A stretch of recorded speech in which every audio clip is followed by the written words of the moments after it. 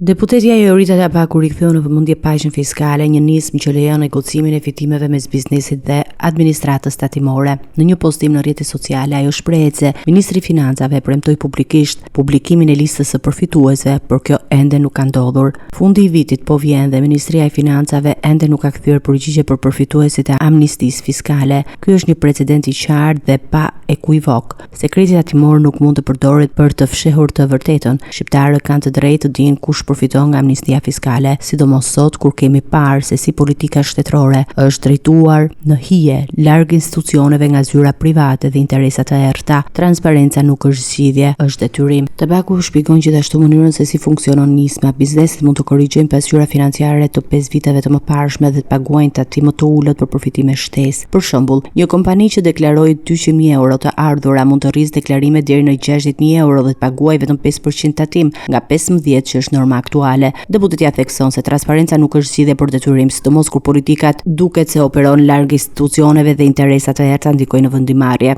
Tabaku kërkon që qytetarët të dinë me saktësi kush përfiton nga amnistia fiskale, duke i dhënë një mesazh të qartë qeverisë për nevojën e publikimit të dhënave.